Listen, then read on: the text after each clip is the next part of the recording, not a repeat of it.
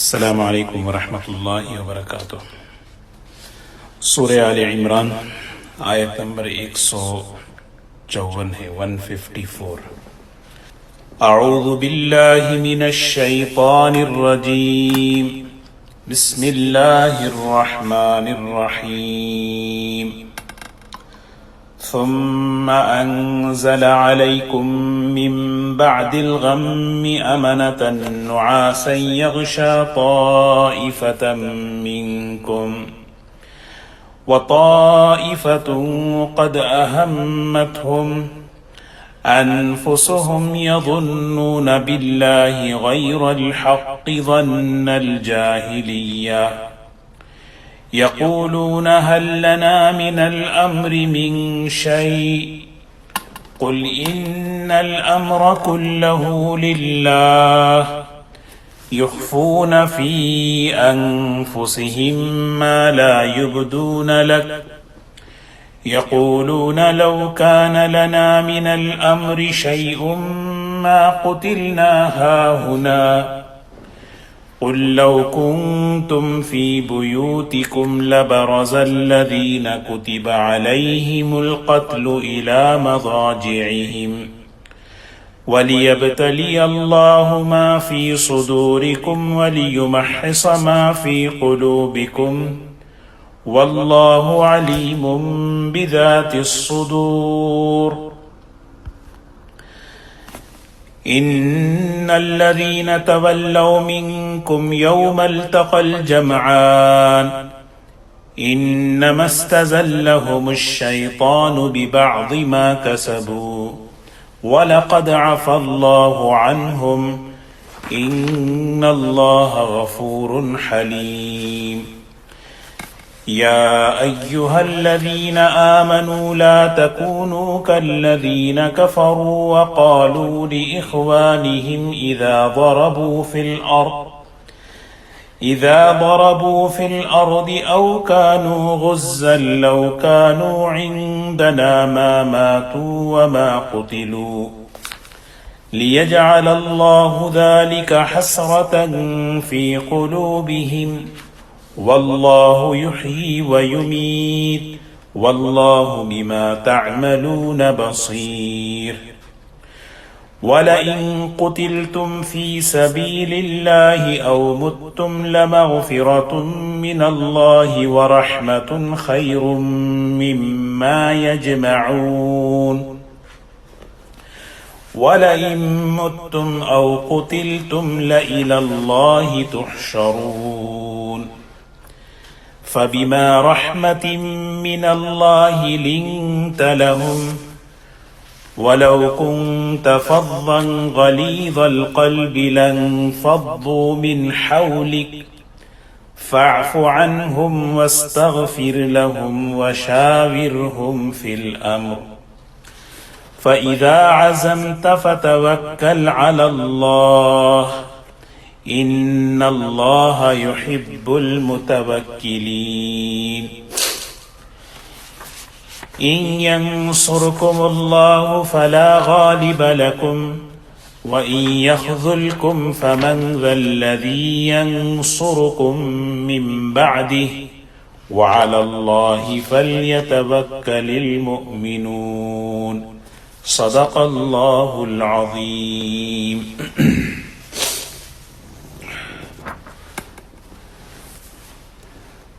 سورہ آل عمران کی آیت نمبر 154 سے انشاءاللہ آج کا درس شروع ہو رہا ہے۔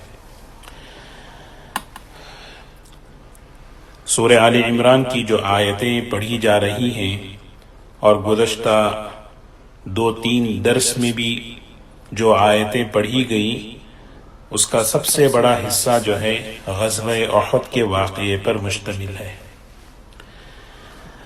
یہ بات پہلے بھی عرض کی گئی کہ ایمان والوں کی جو مدد ہوتی ہے، ایمان والوں کے جو کام بنتے ہیں وہ اللہ کی مدد سے ہوتے ہیں۔ ایمان والوں کا ہر کام جو بنتا ہے اس کی اصل جو ہے وہ اللہ کی مدد ہے۔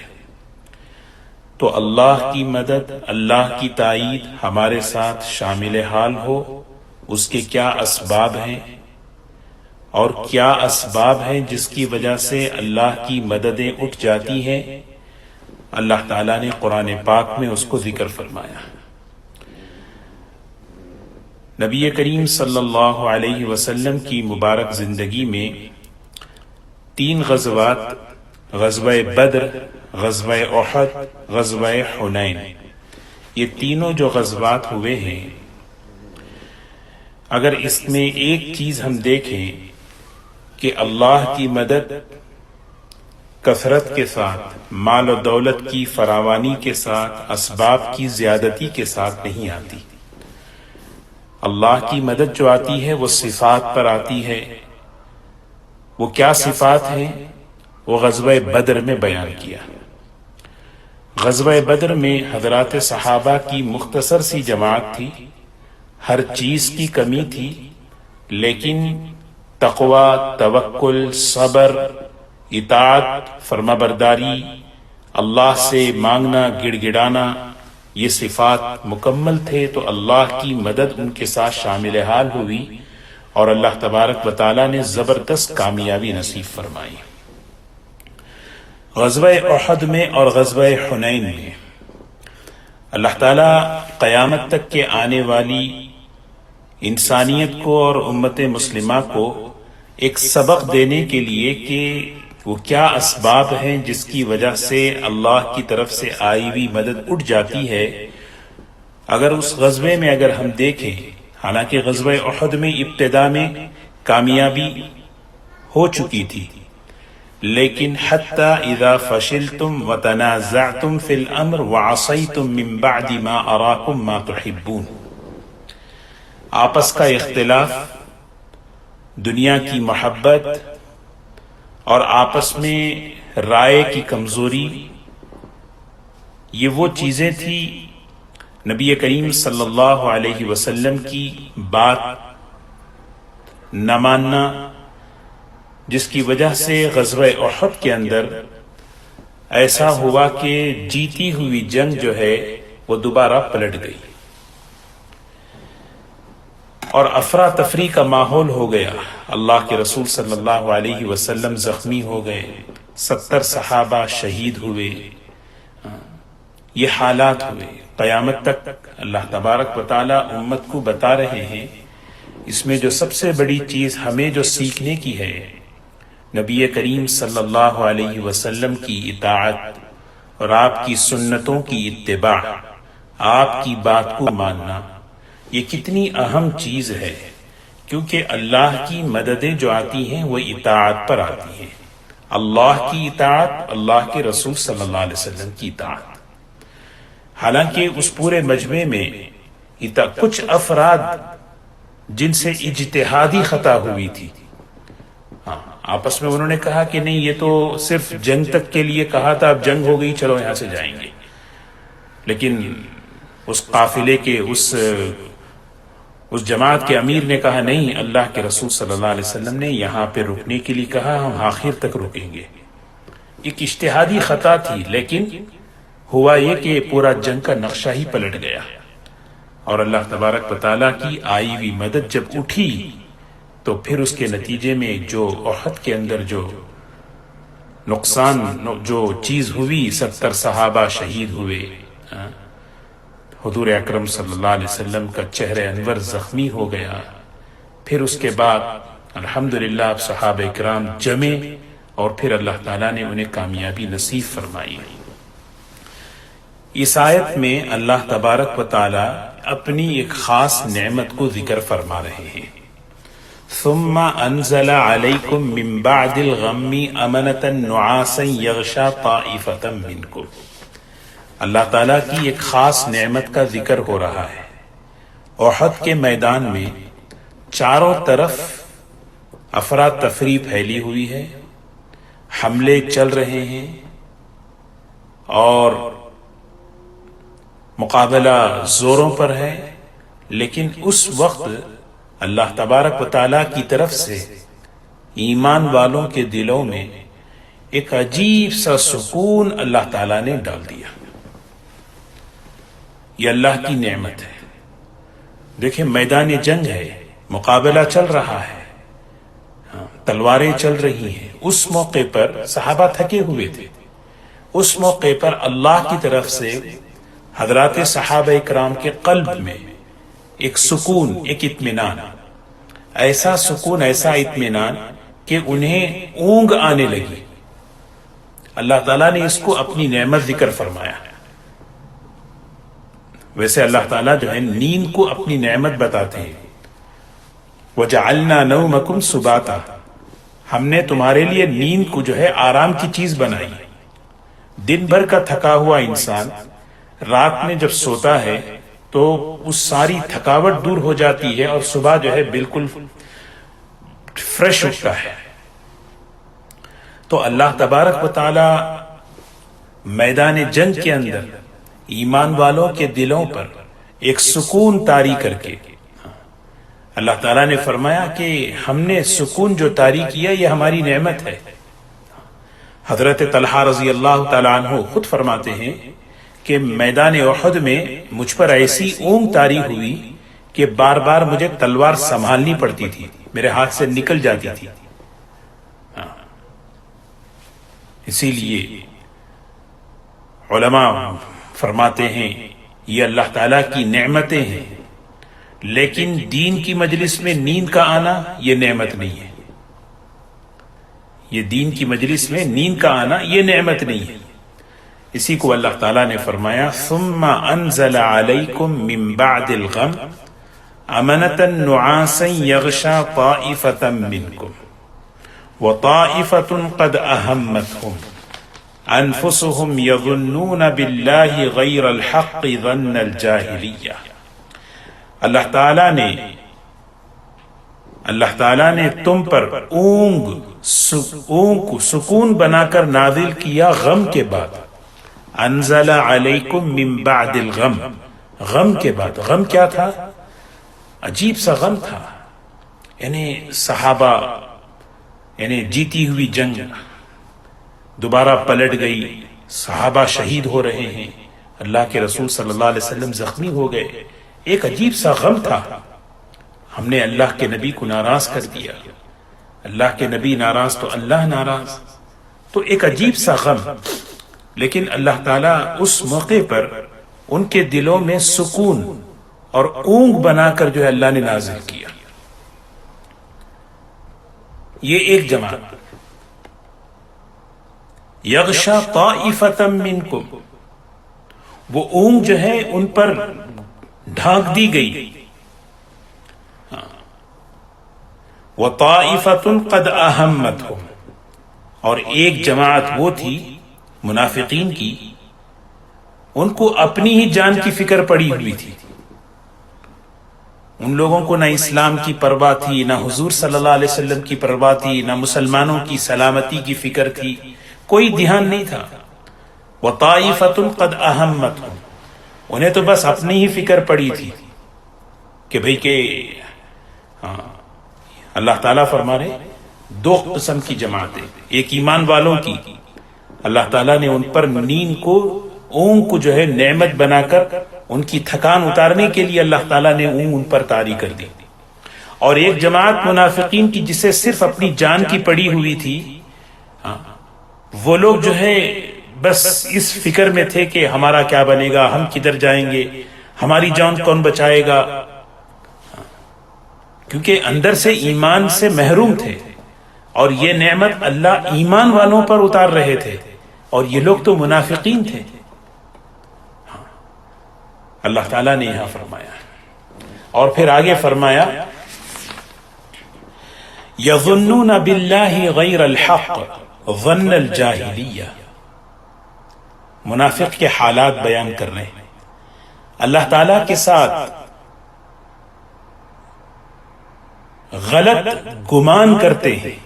یظنون باللہ غیر الحق، اللہ کے ساتھ ان کا گمان ہوتا ہے غیر الحق، ناحق، غلط طریقے کا گمان۔ جہاں کچھ پریشانی آئی اللہ سے بدگمان ہو گئے۔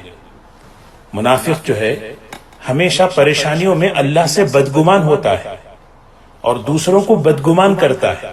یہ نفاق کی علامت ہے کیونکہ منافق یقین کی دولت سے محروم ہوتا ہے، اس کے دل میں یقین نہیں ہوتا. ایمان والا اس کے دل میں یقین ہوتا ہے اللہ میرے ساتھ ہے، ان پریشانیوں میں اللہ میرے ساتھ ہے، اللہ کی مدد آئے گی. ایک ایک جملے پہ غور کریں. غزوہ احد کی بات ہو رہی ہے، لیکن یظنون باللہ، وہ اللہ کے ساتھ ان کا یہ خیال ہوتا ہے، یہ گمان ہوتا ہے. کیسا گمان؟ غیر الحق، غلط طریقے کا گمان، اللہ سے بدگمان. اور ظن الجاہلیہ، جاہلیت والا گمان، اللہ سے جو گمان ہوتا ہے جاہلیت والا گمان. آگے اس کی تفسیر الجاہلیہ. یقولون هل لنا من الامر من شیء. عجیب بات ہے. ایک ایک فرمایا یقولون، وہ کہتے ہیں هل لنا من الامر من شیء، اس معاملے میں ہمارے لیے بھی کچھ ہے. هل لنا من الامر من شیء، یعنی ہماری رائے کسی نے نہیں سنی جو ہم نے جنگ سے پہلے دی تھی، خواہ مخواہ سب کو مصیبت میں پھنسا دیا. هل لنا من الامر من شیء، ہمارا بھی کچھ اختیار چلتا ہے، ہماری بھی تھوڑی کوئی سنتے ہیں. یہ جو ہے مشورہ ہوا، مقابلہ ہوا، کچھ نقصان ہوا، اللہ کی حکمتیں ہیں، اللہ تعالیٰ کی حکمتیں ہیں. غزوہ احد کے اندر جو چیزیں ہوئی ہیں، فتح شکست میں بدلنے کے اسباب ہیں، اور وہ کیوں ہوئے اس کی حکمتیں بھی ہیں. یہ دو چیزیں ہیں. لیکن کام جب بگڑ جاتا ہے تو منافق یہ کہتا ہے کہ ہماری کون سنتا ہے، ہماری تو کہاں سنتے ہیں. اور جب کام بن جاتا ہے تو کہتے ہیں حضور اکرم صلی اللہ علیہ وسلم کے پاس آ کر جو ہے اپنا حق جتاتے ہیں، ہم نے بھی کیا تھا، ارے ہم نے رائے دی تھی، یہ ہماری رائے سے ہوا، یہ ہمارے کہنے سے ہوا. یہ اللہ تعالی ہم سب کی حفاظت فرمائے. جب مل کر کوئی کام کرتے ہیں تو اس میں کیا ہے، جب بھی کوئی خیر وجود میں آتا ہے تو مشورے سے ہوتا ہے، سب کا اس میں حصہ ہوتا ہے. اور جب کوئی نقصان ہوتا ہے تو سب کی طرف سے ہے. وہ یوں کہہ رہے ہیں، منافق کیا کہتے ہیں، هل لنا من الامر من شیء، ہماری کوئی بات سنتے ہیں، ہماری بات اگر سنتے تو یہ نقصان نہ ہوتا. یہ 70 جو شہید ہو گئے، انتقال کر گئے، یہ ہماری بات نہیں سننے کی وجہ سے. یہ کیوں ہوا؟ اللہ تعالیٰ فرما رہے ہیں قل ان الامر كله للہ، کہہ دیجئے اختیار تو صرف اور صرف اللہ ہی کا چلتا ہے. ان الامر كله للہ، سارا معاملہ یقیناً اللہ کے لیے، وہ جو کچھ چاہے کرے، جب چاہے کرے. اس جملے کے ذریعے حضور اکرم صلی اللہ علیہ وسلم کی زبان مبارک سے ان منافقوں کو ایمان باللہ کی اصلیت یاد دلائی جا رہی ہے کہ سارا معاملہ تو اللہ کے ہاتھ میں ہے، پھر تم اس قدر کیوں گھبراتے ہو. ان الامر كله للہ یخفون فی انفسهم ما لا یبدون لہ، وہ لوگ اپنے دلوں میں چھپاتے ہیں ایسی بات کو جس کو آپ کے سامنے بیان نہیں کرتے. یہاں مفسرین نے ایک اور معنی لکھا ہے، جب 70 صحابہ شہید ہوئے تو منافقین اپنے دھوکے کی زبان میں آ کر کہنے لگے ہمارا تو کیا چلے گا، جو اللہ نے کیا وہی، جو اللہ کا چاہا وہی ہوا. حالانکہ ان کے دل کے اندر کچھ اور بات تھی. وہ کیا تھی؟ آگے اللہ تعالیٰ وہی فرما رہے ہیں، دل میں ایک بات ہو، زبان پر دوسری بات ہو، یہ نفاق کی علامت ہے. منافق ایسے ہی کرتے تھے، ایمان والوں کے سامنے آ کر بات کچھ اور کرتے، دلوں میں کچھ اور بات ہوتی، دلوں میں کچھ اور بات ہوتی. تو پھر فرمایا یقولون فی انفسهم ما لا یبدون لک یقولون لو کان لنا من الامر شیء ما قتلنا ہاہنا. وہ کہنے لگے کہ اگر ہمارا اختیار چلتا، یعنی ہماری بات اگر سنتے آپ، ہماری رائے پر اگر آپ عمل کرتے، ہماری رائے پر اگر آپ عمل کرتے. اللہ کیسی عجیب بات دیکھیں، ما قتلنا ہاہنا، کوئی یہاں پر نہیں مرتا. ما قتلنا ہاہنا، کہتے ہیں نا میری بات سنتے تو یہ نقصان نہیں ہوتا، میری بات سنتے تو یہ نہیں ہوتا. یہ جو ہے نا یہ جملے، اس جملے ہمیں یہ یقولون، یہ مقولے ہیں، یہ الفاظ ہیں، تو اس سے ہماری حفاظت ہونی چاہیے. اپنے زبان کے الفاظ، اس سے کیا ہے معاشرے میں پھوٹ پڑتی ہے، اجتماعیت میں توڑ پیدا ہوتا ہے. یقولون لو کان لنا من الامر، وہ کہتے تھے اگر ہماری بات اگر سنتے، اگر ہماری بات مان لیتے، ما قتلنا ہاہنا، ہم یہاں نہیں مارے جاتے. 70 جو مارے گئے ہیں وہ کیوں؟ اس لیے کہ نعوذ باللہ ہماری بات نہ سنی. دوسرا ترجمہ مفسرین نے یہاں کیا ہے، اگر واقعی اللہ ہمارا ہوتا، اس کے وعدے صحیح ہوتے اور یہ واقعی اللہ کے رسول ہوتے تو ضرور ان کی مدد ہوتی اور دشمن کچھ بگاڑ نہیں سکتا اور اس طرح یہ 70 مارے نہیں جاتے. یہ بھی ایک ترجمہ کیا ہے، کیونکہ منافق تو بولنے پہ آتا ہے تو جو چاہے بول دیتا ہے. قل، اللہ تعالیٰ نے فرمایا کہہ دیجئے. تو موت کو اس چیز کے ساتھ جوڑتے ہو، موت کو ان چیزوں کے ساتھ. لو کنتم فی بیوتکم لبرز الذین کتب علیہم القتل الی مضاجعہم، آپ کہہ دیجئے اگر تم اپنے گھروں میں بھی ہوتے تب بھی جن لوگوں کے لیے مرنا، قتل ہونا، شہید ہونا لکھا جا چکا ہے وہ اپنے مرنے کی جگہ نکل کر ضرور آتے. یہ تو ایمان کی بات ہے. اس لیے کہ موت اور رزق آدمی جو ہے اس کے پیچھے پیچھے چلتا ہے. جہاں رزق ہے آدمی کو اللہ وہاں لاتے ہیں، جہاں موت ہے آدمی وہاں کوئی کام نہیں ہوتا، کسی بہانے سے چلتا ہے وہاں اس کی موت مقدر ہو جاتی ہے. اللہ تعالیٰ فرما رہے لو کنتم فی بیوتکم، اگر تم اپنے گھروں میں بھی ہوتے، لبرز الذین کتب علیہم القتل، تب بھی جن لوگوں کے لیے قتل ہونا لکھا جا چکا ہے وہ اپنے قتل ہونے کی، مرنے کی جگہ ضرور نکل کر آتے. یعنی کیا سمجھتے ہیں کہ سارا معاملہ انسانی تدبیر پر، انسانی اندازوں پر چلتا ہے؟ اللہ کی تقدیر کوئی چیز نہیں ہے. اللہ کی تقدیر پر بات کی، یہ جملہ ایسا ہے جو اللہ کی تقدیر پر آ رہی ہے بات، کہ اللہ کے فیصلے ہیں. اب یہ ہوا کیوں؟ اس کی حکمت، اس کی مصلحت اللہ بتا رہے ہیں، خاص طور پر اس پر توجہ دلا رہے ہیں. یہ سب ہوا کیوں؟ 2 باتیں بتا رہے ہیں. وَلِيَبْتَلِيَ اللَّهُ مَا فِي صُدُورِكُمْ، تاکہ اللہ تبارک و تعالی تمہارے سینوں میں جو کچھ ہے اس کو آزما کر دیکھ لیں. اللہ جانتے ہیں، لیکن اللہ نے یہ امتحان غزوہ احد میں اس لیے لایا تاکہ کون منافق ہے، کون ایمان والا ہے، کون جمنے والا ہے، کون اکھڑنے والا ہے. وہ دل کی جو حالت ہے عمل کی شکل میں ظاہر ہو جاتی ہے آزمائش کے وقت میں. جب تک آزمائشیں نہیں آتی ہر آدمی واہ واہ کہتا رہتا ہے، ہر آدمی اپنی اپنی بات کرتا رہتا ہے. جب آزمائشیں آتی ہیں اس موقع پر ایمان والے کا اور منافق کے دل کی جو حالت ہے وہ عمل کی صورت میں ظاہر ہو جاتی ہے. وَلِيَبْتَلِيَ اللَّهُ مَا فِي صُدُورِكُمْ، اور پھر آگے فرمایا وَلِيُمَحِّصَ مَا فِي قُلُوبِكُمْ. سبحان اللہ، ایمان والوں کا ایمان، اخلاص والوں کا اخلاص، منافقوں کا نفاق اللہ تعالیٰ ظاہر کرنا چاہ رہے تھے.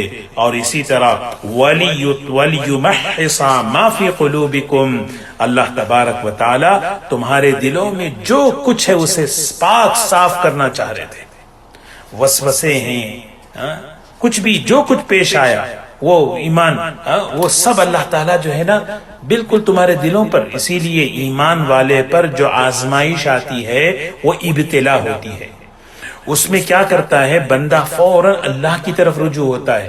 بعض مرتبہ غفلت دلوں میں چھا جاتی ہے، اس غفلت کی وجہ سے آدمی کی نگاہ اللہ سے دور، اللہ سے ہٹ جاتی ہے. جب امتحان اللہ تعالیٰ ایمان والوں پر لاتے ہیں کسی بھی شکل میں، مالیات کی شکل میں، صحت کی شکل میں، گھریلو زندگی کی شکل میں، اس کا ایک بڑا مقصد کیا ہے؟ اللہ دلوں کو پاک کرنا چاہتے ہیں، اس غفلت کے پردے کو ہٹانا چاہتے ہیں، اللہ سے جو دوری ہو چکی ہے اللہ سے قرب پیدا کرنا چاہتے ہیں. تو وہ حالات ایمان والوں کے لیے رحمت بن جاتے ہیں. وَلِيُمَحِّصَ مَا فِي قُلُوبِكُمْ وَاللَّهُ، بے شک علیم بذات الصدور، بے شک اللہ تبارک و تعالی سینوں کی بات کو خوب اچھی طرح جانتے ہیں۔ اچھے اللہ تعالیٰ تو جانتے ہیں کون منافق ہے کون ایمان والا ہے، لیکن ساری دنیا کے سامنے اس کو ظاہر کرے، دیکھو یہ ایمان والا، جب اس پر حالات آئے تو انہیں یہ کیسے جمع، دیکھو یہ منافق جو اپنے زبان سے کچھ اور کہتا ہے لیکن دل میں کچھ اور چھپا ہوا ہے، اس پر جب آزمائش آئی تو اس کی کیا حالت ہوئی۔ پھر آگے فرمایا ان الذین تولوا منکم یوم التقى الجمعان انما استزلهم الشیطان ببعد ما کسبوا ولقد عفى الله عنهم ان اللہ غفور حلیم۔ اللہ کے نزدیک حضرات صحابہ کا مقام دیکھیں، غزوہ احد کے واقعے میں حضرات کچھ صحابہ سے اجتہادی خطا ہوئی، کچھ صحابہ سے اجتہادی خطا ہوئی، لیکن اللہ تبارک و تعالیٰ کا اس جماعت کے کتنا بڑا مقام، کیسے اللہ تعالیٰ ٹھیک ہے یہ غلطی ہوئی، اس غلطی کی وجہ سے جو ہے نا یہ کیوں ہوئی، اور اس کی وجہ سے جو ہے نا نقشہ پلٹا، بڑا نقصان ہوا، 70 صحابہ شہید ہوئے، حضور صلی اللہ علیہ وسلم کا چہرے مبارک زخمی ہوا، لیکن کیا ہے اللہ تعالیٰ تمہیں معاف کر دیا، اللہ نے تمہیں معاف کر دیا، اللہ نے تمہیں درگزر کر دیا۔ اسی کا تذکرہ ہو رہا ہے ان الذین تولوا منکم یوم التقى الجمعان، بے شک تم میں سے جو لوگ اس دن یعنی احد کے دن پلٹ گئے، کچھ صحابہ پلٹ گئے، یعنی افراتفری جب ہوئی تو پلٹ کر بھاگنے لگے۔ یوم التقى الجمعان، جب دو جماعتیں دو فوجیں ٹکرائی مقابلے کے لیے، اب یہ ہوا کیوں؟ انما استزلهم الشیطان ببعد ما کسبوا، شیطان نے ان سے لغزش کرائی ان کی کوتاہیوں کی وجہ سے، ہو گئی بات، لیکن اللہ تعالیٰ صحابہ کا مقام دیکھیں، اللہ تبارک و تعالیٰ کیسا ان کا فرما رہے وَلَقَدْ عَفَى اللَّهُ، وَلَقَدْ عَفَى اللَّهُ عَنْهُمْ، اللہ نے ان کو معاف کر دیا، اللہ نے ان کو معاف کر دیا، اللہ نے ان کو درگزر کر دیا، اللہ نے ان کو درگزر کر دیا۔ حضور اکرم صلی اللہ علیہ وسلم یعنی کچھ 13 صحابہ تقریباً جمے رہے، بقیہ سب ادھر ادھر میدان پر، یعنی کسی نے افواہ پھیلا دی کہ حضور صلی اللہ علیہ وسلم شہید ہو گئے، سوچا بھئی اب شہید ہو گئے تو ہم کیا کریں، چلو کوئی بولے کہ اب یعنی ایک عجیب سا ایک ماحول ہو گیا تھا کہ اللہ کے رسول صلی اللہ علیہ وسلم کو چھوڑ کر میدان سے جو ہے نا نکل جانا، یہ لیکن اللہ تبارک و تعالیٰ کہہ رہے ہیں کہ یہ تو ایک شیطان ایک اجتہادی خطا تھی، شیطان نے لغزش کرا دی، لیکن ان سب کے باوجود یاد رکھنا، دیکھو اللہ تبارک و تعالیٰ جو اللہ سے اللہ کے رسول صلی اللہ علیہ وسلم سے سچی محبت رکھتا ہے، اللہ اسے کیسے معاف کرتے ہیں۔ وَلَقَدْ عَفَى اللَّهُ عَنْهُمْ، ان مخلص صحابہ کے بارے میں اللہ کا یہ فرمان ہے وَلَقَدْ عَفَى اللَّهُ عَنْهُمْ، اللہ انہیں یقیناً معاف کر چکے۔ اب اس کے بعد کسی بھی صحابی کی شان میں گستاخی کرنا اپنے ایمان کو برباد کرنا ہے، اپنے ایمان کو برباد کرنا ہے، کیونکہ اللہ نے معاف کر دیا۔ بعض لوگ ان چیزوں کو لے کر اچھالتے ہیں، اللہ تعالیٰ کرے ہم نے معاف کر دیا، اور آگے فرمایا وَلَقَدْ عَفَى اللَّهُ عَنْهُمْ إِنَّ اللَّهَ غَفُورٌ حَلِيمٌ، بے شک اللہ تبارک و تعالی بڑے معاف کرنے والے اور بڑے بردبار اور تحمل کرنے والے ہیں، اس لیے اللہ تعالیٰ سے کبھی جو ہے مایوس نہیں ہونا ہے۔ آگے یا ایھا الذین آمنوا لا تکونوا کالذین کفروا وقالوا لإخوانهم اذا ضربوا فی الارض، ایمان والوں کو ایک دوسرے انداز سے کافروں کی اتباع اور پیروی کرنے سے روکا جا رہا ہے۔ فرمایا ایمان والو یا ایھا الذین آمنوا لا تکونوا کالذین کفروا، ان کافروں کی طرح نہ ہو جاؤ، ان لوگوں کی طرح نہ ہو جاؤ جو کافر ہیں۔ کون ہے وہ؟ جب قالوا لاخوانہم، جبکہ جس وقت کہ انہوں نے اپنے بھائیوں سے کہا، اپنے بھائی سے مراد مدینے میں رہتے تھے آپس میں، بھائی سے مراد ایمان والے بھائی نہیں ہیں، مطلب ایک ہی گاؤں کے، ایک ہی علاقے کے، ایک ہی شہر کے تھے، اس اعتبار سے بھائی کہا ہے۔ تو اگرچہ کہ وہ اسلام کا دعویٰ بھی کرتے تھے، لیکن وہ بعض اس میں ہو سکتا ہے کوئی انہیں ایک خاندان کے تھے، کم از کم ایک شہر کے تھے، تو بھائیوں کی جو نسبت، بھائی کی نسبت جو کہی ہے وہ ایمان کی طرف نہیں ہے، بلکہ وہ علاقے کی بنیاد پر کہی ہے۔ اے ایمان والو تم ان لوگوں کی طرح مت ہو جاؤ، لیکن جو حقیقت میں کیا ہے؟ کافر ہیں، حقیقت میں وہ کافر ہیں، اگرچہ کہ زبان سے جو ہے اسلام کا اعلان کرتے ہیں، اور کیا کہتے ہیں؟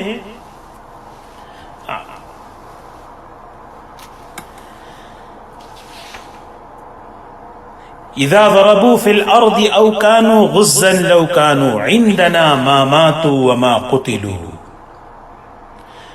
جب ان کے بھائی کہیں زمین میں جاتے ہیں یا اللہ کے راستے میں جب جاتے ہیں، ایمان والے جب کہیں سفر میں نکلتے ہیں، اللہ کے راستے میں نکلتے ہیں، تو ان کے بارے میں کہتے ہیں لو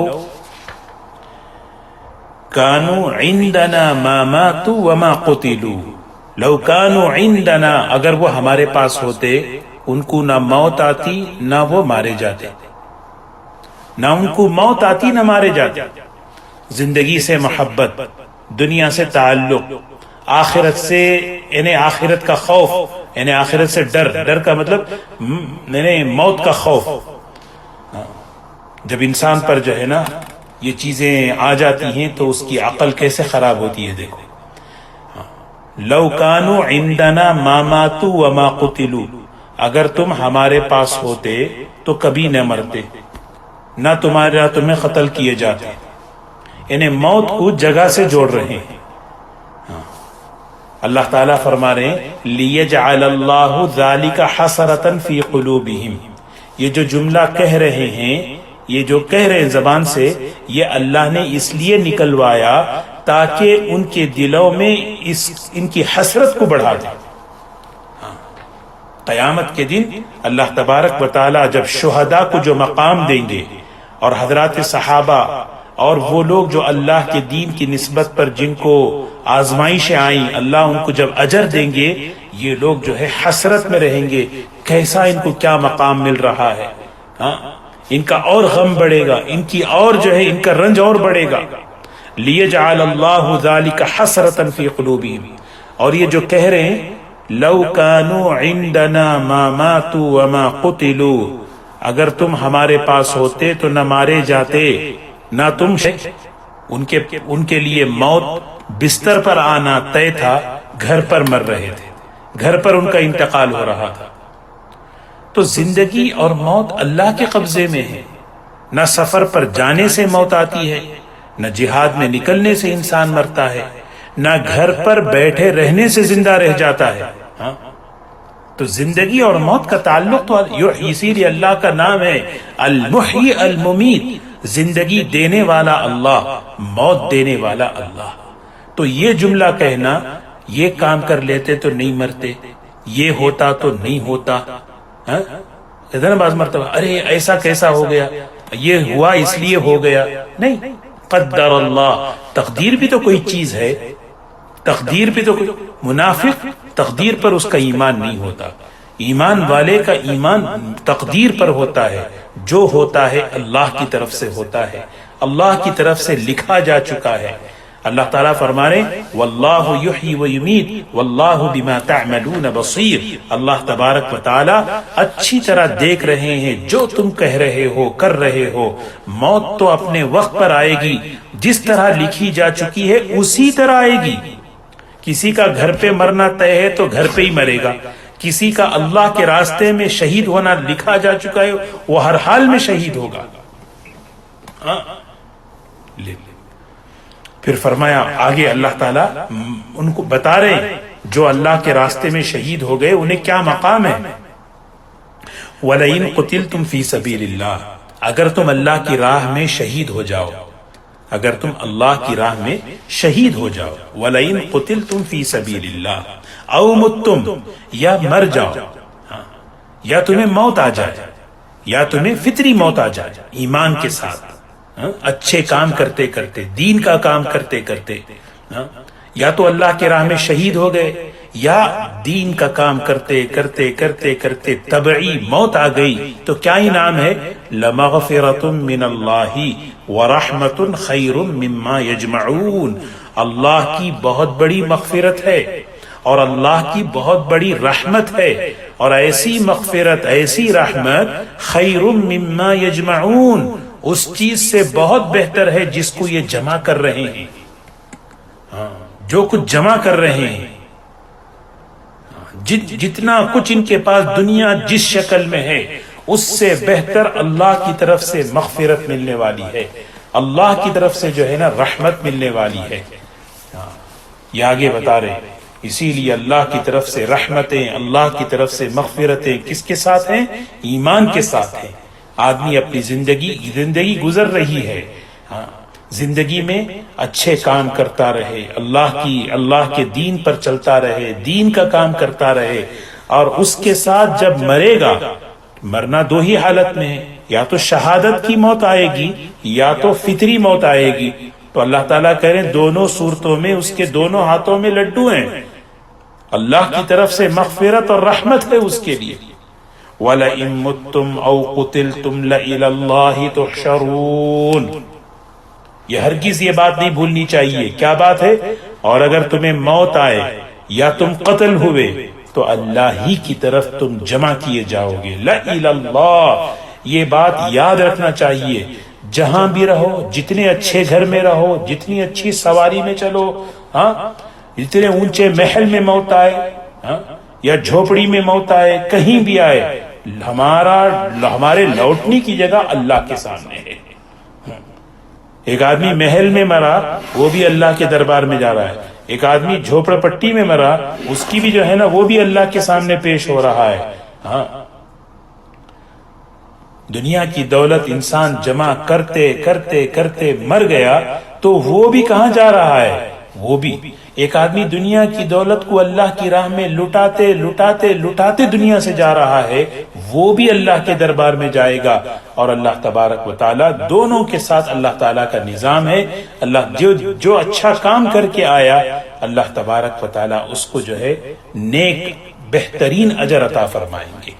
فَبِمَا رَحْمَةٍ مِّنَ اللَّهِ لِنْتَ لَهُمْ وَلَوْ كُنْتَ فَظًّا غَلِيظَ الْقَلْبِ لَانفَضُّوا مِنْ حَوْلِكَ فَاعْفُ عَنْهُمْ وَاسْتَغْفِرْ لَهُمْ وَشَاوِرْهُمْ فِي الْأَمْرِ فَإِذَا عَزَمْتَ فَتَوَكَّلْ عَلَى اللَّهِ۔ حضور اکرم صلی اللہ علیہ وسلم سے مخاطب ہوتے ہوئے کہا جا رہا ہے، اللہ تعالیٰ کی بے پناہ رحمت اور محبت کا اندازہ کیسے لگا سکتے ہیں؟ اللہ اکبر۔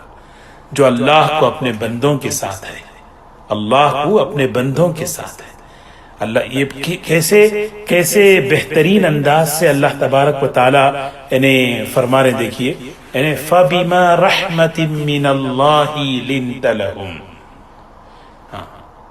فَبِمَا رَحْمَةٍ مِّنَ اللَّهِ۔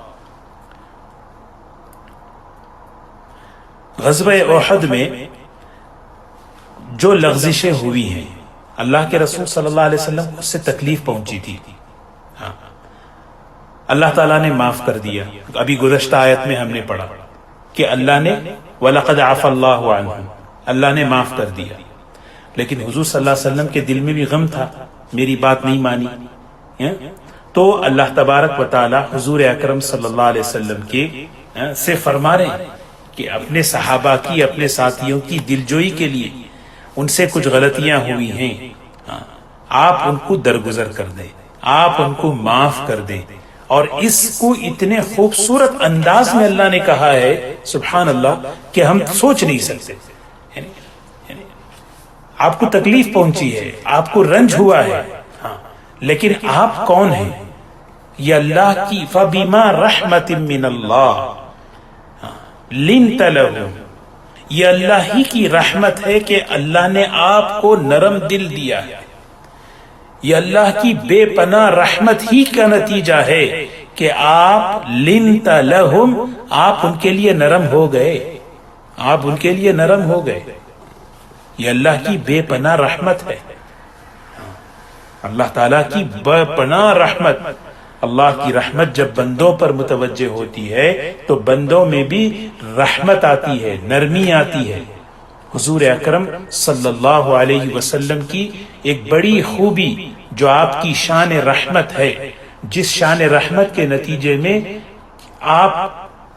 آپ کی رحمتیں کیسے کیسے وجود میں آئیں، اللہ تبارک و تعالیٰ فرما رہے ہیں یہ جو آپ کے اندر رحمت ہے یہ اصل میں ہمارا ہی کرم ہے، یہ آپ کے اندر جو صفت ہے یہ صفت ہم نے دی ہے۔ فَبِمَا رَحْمَةٍ مِّنَ اللَّهِ لِنْتَ لَهُمْ، نرمی کا آنا، رحمت کا آنا، یہ جو صفت ہے، اور خاص طور پر حضور اکرم صلی اللہ علیہ وسلم کی مبارک زندگی میں تو یہ تو بہت کامل درجے میں تھی۔ اور رحمت، مفسرین نے کہا یہاں تنوین نکرہ لا کر بڑی رحمت فرمایا، اور لنت لہم کہ آپ نرم ہیں ان لوگوں کے لیے، آپ نرم ہیں ان لوگوں کے لیے۔ اسی لیے جو ہے حضور اکرم صلی اللہ علیہ وسلم کے ذریعے سے پوری امت کو ایک سبق دیا جا رہا ہے۔ غزوہ احد میں بعض جو صحابہ سے اجتہادی غلطی ہوئی اور اس کے نتیجے میں آپ کو جو جسمانی تکلیف پہنچی، روحانی تکلیف تو پہلے ہی سے تھی، لیکن اللہ کے رسول صلی اللہ علیہ وسلم کے اخلاق دیکھیں، آپ نے ان پر کوئی ملامت نہیں کی، آپ نے ان کے ساتھ کوئی سختی کا معاملہ نہیں کیا، آپ نے کوئی نوٹس نہیں لیا بھئی کیوں کیا، ایسا کیوں کیا، ویسا کیوں کیا۔ لیکن پھر بھی اللہ تبارک و تعالی حضرات صحابہ کی دل جوئی، ان کے دلوں میں جو اپنے قصور کا اعتراف تھا، صحابہ کو بہت دل میں ندامت تھی، شرمندگی تھی، اندر سے ہم نے کیسے کر دیا۔ اللہ تبارک و تعالیٰ جو ہے یہ دلجوئی فرما رہے ہیں، اور حضور اکرم صلی اللہ علیہ وسلم سے فرما رہے ہیں کہ کیا ہے یہ بڑے فَبِمَا رَحْمَةٍ مِّنَ اللَّهِ، اللہ ہی کی رحمت کی سبب آپ ان کے ساتھ نرم ہو گئے۔ اس میں آپ کی بہت بڑی تعریف ہے، اس میں آپ کی بہت بڑی تعریف ہے۔ یہ نرمی جو ہے پہلے سے آپ کے اندر ہے، اور نرمی کو اللہ نے اپنی رحمت فرمایا۔ نرمی کسی کا ذاتی کمال نہیں ہے، طبیعت کا نرم ہونا، مزاج کا نرم ہونا یہ رحمت کے ذریعے ہوتا ہے، اللہ کی رحمت جب متوجہ ہوتی ہے۔ اس لیے ہم جو ہے اپنے گھر والوں کے درمیان، ہم اپنے ساتھیوں کے درمیان نرم بن کر رہیں، نرمی سے معاملہ کریں۔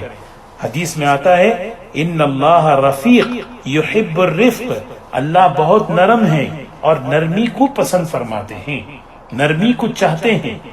جس گھر کے ماحول میں اور جس معاملے میں نرمی آتی ہے بس سمجھو کہ وہاں خیر ہی خیر ہے، خیر ہی خیر ہے۔ اس لیے حدیث میں آتا ہے نرمی سے محرومی خیر سے محرومی، نرمی سے محرومی خیر سے محرومی۔ نرمی جس گھر میں خیر، میاں بیوی کے اندر نرمی آ جائے معاملات میں، میاں بیوی کے اندر معاملات میں نرمی آ جائے، کتنا خیر آئے گا، کتنا سکون آئے گا اس گھر کے اندر۔ اللہ تبارک و تعالی اسی چیز کو بتا رہے ہیں فَبِمَا رَحْمَةٍ مِّنَ اللَّهِ لِنْتَ لَهُمْ۔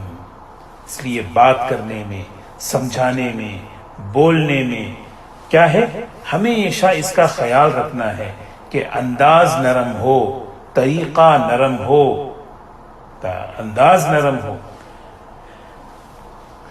حضور اکرم صلی اللہ علیہ وسلم جو ہے ایک مرتبہ صحابہ کے سامنے پچھلی قوموں میں سے ایک آدمی کا جو ہے تذکرہ فرمایا کہ اللہ تعالیٰ نے اس آدمی کو ایک عمل پر معاف کر دیا۔ وہ کیا کرتا تھا؟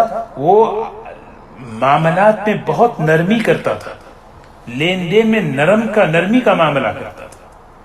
تو اسی لیے فرمایا فَبِمَا رَحْمَةٍ مِّنَ اللَّهِ لِنْتَ لَهُمْ وَلَوْ كُنْتَ، خدا نخواستہ آپ نرم نہ ہوتے تو کیا ہوتا؟ وَلَوْ كُنْتَ فَظًّا غَلِيظَ الْقَلْبِ، اگر آپ سخت مزاج، سخت دل ہوتے، وَلَوْ كُنْتَ فَظًّا مزاج میں سختی ہوتی، دل سخت ہوتا، آپ تو ہے نہیں، لیکن اگر ہوتا تو کیا ہوتا؟ لَنْفَضُّوا مِنْ حَوْلِكَ، آپ کے درمیان جو صحابہ جڑے ہوئے ہیں، قریب قریب ہیں، وہ سب کے سب بکھر جاتے، متفرق ہو جاتے، متفرق ہو جاتے، وہاں سے جو ہے نا ہٹ جاتے۔ جس آدمی میں سختی ہوتی ہے اس کے دوست کم ہوتے ہیں، جس آدمی میں نرمی ہوتی ہے اس سے بات کرنے والے، ملنے والے زیادہ ہوتے، اس سے ملنے والے بھی زیادہ ہوتے۔ تو اسی لیے فرمایا وَلَوْ كُنْتَ فَظًّا غَلِيظَ الْقَلْبِ لَانْفَضُّوا مِنْ حَوْلِكَ، اگر آپ سخت دل ہوتے اور اگر آپ مزاج میں آپ کی سختی ہوتی تو پھر کیا ہے؟ لَانْفَضُّوا مِنْ حَوْلِكَ، یہ آپ کو چھوڑ دیتے، یہ آپ کے ساتھ نہیں ہوتے۔ اللہ اکبر۔ جب اب آگے فرمایا فَاعْفُ عَنْهُمْ وَاسْتَغْفِرْ لَهُمْ وَشَاوِرْهُمْ فِي الْأَمْرِ، تین باتیں آگے فرمائی۔ یہ نرمی کا اثر ہے، جب نرمی ہے تو فَاعْفُ عَنْهُمْ، آپ انہیں معاف کر دیں۔ اللہ نے آپ کو نرم بنا کر مسلمانوں پر رحم فرمایا ہے، اب آپ مسلمانوں کے حال پر کرم فرمائیں، بس آپ کو حکم ہے کہ آپ ان کو معاف کرتے رہیں۔ یہ اللہ تعالیٰ نے حضور اکرم صلی اللہ علیہ وسلم، آپ تو پہلے ہی آپ اس جملے میں دیکھیں، آپ کی سیرت دیکھیں، آپ نے کیسا کیسا معاف کیا۔ ابو سفیان کو معاف کیا، وحشی کو معاف کیا، ہندا کو معاف کیا۔ فاعف عنہم، آپ انہیں معاف کر دیں، بس آپ انہیں معاف کر دیں، یہ بہت بڑی چیز ہے۔ ان سے فاعف عنہم، یہ معافی جو ہے دل کی نرمی کا اثر ہے۔ غلطی تو ہوتی ہے ہر انسان سے، لیکن معاف کون کرتا ہے؟ معاف وہ کرتا ہے جس کے دل میں نرم ہو، جس کا دل نرم ہو۔ معافی وہ مانگتا ہے جس کے دل میں نرمی ہو۔ حضرت موسیٰ علیہ السلام نے اللہ سے سوال کیا، اے اللہ تیری بارگاہ میں سب سے معزز کون ہے؟ تیری بارگاہ میں سب سے عزت والا بندہ کون ہے؟ فرمایا انتقام لینے کے باوجود، انتقام لینے کی طاقت ہے لیکن اس کے باوجود معاف کر دے، اس کے باوجود معاف کر دے۔ خوب فاعف عنہم، معاف کرنا، معافی مانگنا، اس کا ماحول بنانا ہے۔ دل کی سختی کیا ہے؟ جب آج دل سخت ہوتا ہے تو پھر کیا ہے؟ آدمی نہ کسی کو معاف کرتا ہے نہ کسی سے معافی مانگتا ہے۔ تو اسی لیے سب سے بڑی جو چیز ہے ہمارے اندر، ہم اپنے گھروں کے اندر جو معاف کرے گا اللہ اسے قیامت میں معاف کریں گے۔ تو پہلی چیز، اور دوسری چیز وَاسْتَغْفِرْ لَهُمْ، آپ ان کے لیے اللہ سے مغفرت کی دعا کریں۔ سبحان اللہ، آپ ان کے لیے اللہ سے مغفرت کی دعا کریں، اے اللہ ان کو بھی معاف کر دیں۔ تکلیفوں کو برداشت کرنا، معاف کرنا، دعا کریں۔ کسی میں کوئی غلطی ہو جائے، کچھ کمی ہو جائے، دعا کریں۔ شکایت غیبت تک پہنچاتی ہے، شکایت جو ہے نا غیبت تک لے جاتی ہے، شکایت جو ہے، دعا جو ہے نا اصلاح تک لے جاتی ہے۔ اسی لیے بندہ اصلاح کرے۔ اللہ اگر اصلاح واقعی کسی کی آدمی چاہتا ہے، اللہ سے دعا کرے، اے اللہ معاف کر دے، اے اللہ اس کی اصلاح کر دے۔ لیکن شکایت کیا ہے؟ یہ شکایت آدمی جو ہے نا غیبت، اور غیبت بڑی خطرناک چیز، اس کی توبہ اسی وقت ہے جب تک ہم جس کی غیبت کیے اس سے معافی نہ مانگیں۔ اسی لیے فرمایا کہ وَاسْتَغْفِرْ لَهُمْ، ان کے لیے دعا کریں اللہ سے۔ اسی لیے دعا کرنا، ایک دوسرے کا نام لے کر غائبانہ دعا کرنا، اپنے ساتھیوں کے لیے دعا کرنا، ایک دوسرے کے لیے دعا کرنا، یہ بڑی سنت ہے، طاقتور سنت ہے۔ اس کا ماحول، اس کا رواج ہمیں اپنے معاشرے میں، اپنے گھروں میں لائیں۔ جس کے اندر جس سے بھی کوئی شکایت پہنچے ہم اس کے لیے دعا کریں۔ اس سے اللہ، یہ وہ اعمال ہیں جس سے اللہ ہمیں سکون دیتے، جس سے ہمیں سکون ملتا ہے۔ وَاسْتَغْفِرْ لَهُمْ۔ پھر تیسری بات کیا ہے؟ وَشَاوِرْهُمْ فِي الْأَمْرِ، آپ ان سے مشورہ طلب کریں۔ سبحان اللہ، وَشَاوِرْهُمْ فِي الْأَمْرِ، آپ ان سے مشورہ طلب کریں اہم کاموں میں۔ جب بھی کوئی بات قابل مشورے کے قابل ہو، آپ اس کے بارے میں کیا کریں؟ مشورہ کریں۔ ایسا نہیں کہ بھئی کہ انہوں نے مجھے تکلیف پہنچائی اب ان سے بات ہی نہیں کرو، ایسا نہیں ہے۔ جب ہم کسی سے مشورہ کرتے ہیں اس کو پوری تسلی ہوتی ہے کہ یہ ہم سے پوچھ رہے ہیں. وَشَاوِرْهُمْ فِي الْأَمْرِ، یہ 3 باتیں فرمانے کے بعد پھر آگے فرمایا فَإِذَا عَزَمْتَ، جب پختہ ارادہ کر لیں، فَتَوَكَّلْ عَلَى اللَّهِ، اللہ پہ بھروسہ کر لو. مشورہ کرنے کے بعد جب کسی بھی معاملے میں آپ کا عزم، آپ کسی کام میں پختہ ارادہ ہو جائے تو پھر کیا کرو؟ اس عمل پر اللہ پہ بھروسہ کر کے اس کو کر لو. ہاں اس کو کر لو. کیوں؟ ان اللہ یحب المتوکلین، بے شک اللہ توکل کرنے والوں سے محبت کرتے ہیں. پھر آگے فرمایا ان ینصرکم اللہ فلا غالب لکم، اگر اللہ تمہاری مدد کرے تو تم پر کون ہے غالب آنے والا. ان ینصرکم اللہ، اللہ کی مدد اگر آ جائے، اللہ اگر تمہاری مدد کرے، فلا غالب لکم، تم پر کوئی غالب آنے والا نہیں ہے. وَإِن يَخْذُلْكُمْ، اور اگر وہ تمہاری مدد نہ کرے، تمہیں تمہارے حال پہ چھوڑ دے، تم جانو تمہارے چھوڑ دے. دیکھو نا، پوری بات بیان کر کے اللہ تعالیٰ 2 باتیں بتا رہے ہیں. اللہ اگر تمہاری مدد کرے تو تم پر کوئی جو ہے نا کیا ہے، غالب نہیں آ سکتا، لیکن اللہ کی مدد کو ساتھ لینا ہے. اس کے لیے تقوی، توکل، صبر، اطاعت اللہ کی، اللہ کے رسول صلی اللہ علیہ وسلم کی. ہاں، اور اگر وہ تمہیں چھوڑ دے، یعنی مدد چھوڑ دے، تو کیسے مدد چھوٹے گی وہ بھی بتا رہے. تو پھر آگے فرمایا فَمَنْ ذَا الَّذِي يَنْصُرُكُم مِّن بَعْدِ، اس کے علاوہ تمہاری مدد کون کر سکتا ہے؟ بتاؤ کون ہے؟ اللہ کے علاوہ کوئی کر سکتا ہے؟ مال سے، طاقت سے، عہدوں سے، چیزوں سے مدد ہو سکتی ہے. وَعَلَى اللَّهِ فَلْيَتَوَكَّلِ الْمُؤْمِنُونَ، ایمان والوں کو تو اللہ ہی پہ بھروسہ کرنا چاہیے. اللہ ہی کو سب کچھ سمجھنا ہے. اللہ میرے ساتھ ہے، جب اللہ میرے ساتھ ہے تو کوئی مخلوق میرا کچھ نہیں کر سکتی. اگر اللہ ساتھ نہیں ہے تو پھر کیا ہوا؟ پھر تو جو ہے ہر انسان ہر قدم میں ناکام ہوتا ہے. اس لیے اللہ کو ساتھ لینا. وما كان لنبي ان يغل ومن يغل يأتي بما غل يوم القيامة ثم توفى كل نفس ما كسبت وهم لا يظلمون.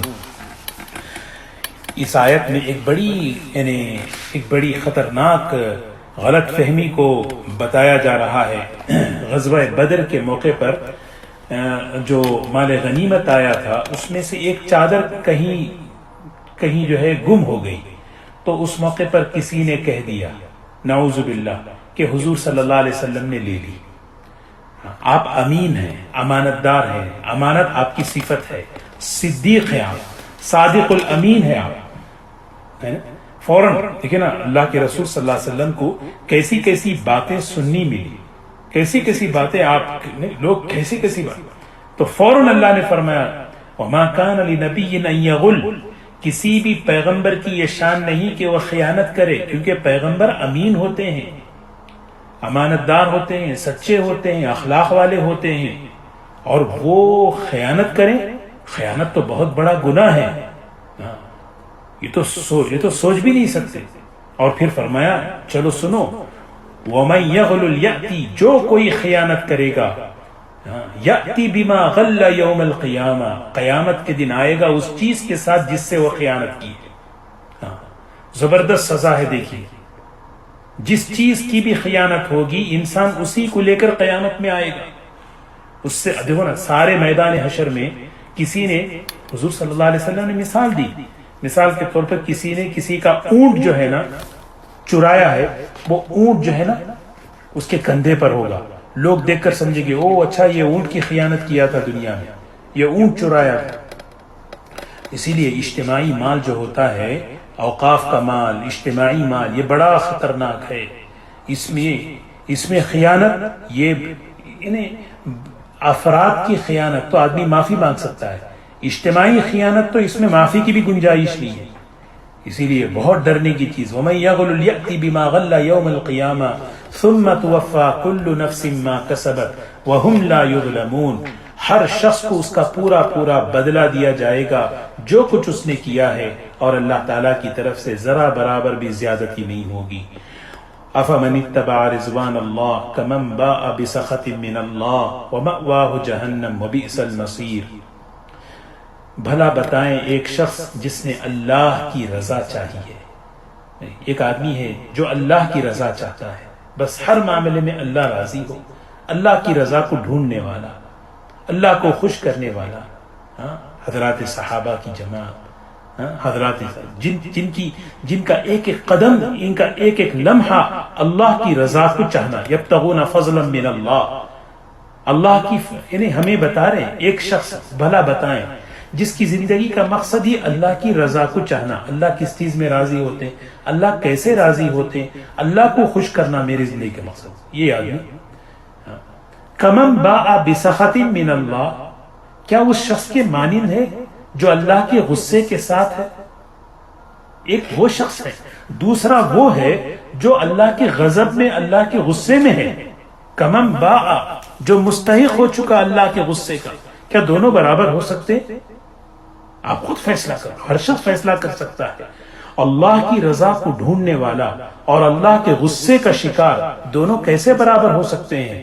ایک کا مقام تو جنت ہے، دوسرے کا ٹھکانہ تو جہنم ہے۔ اس لیے فرمایا وَمَأْوَاهُمْ جہنم، اس کا ٹھکانہ تو جو ہے جہنم ہے، بدترین ٹھکانہ ہے۔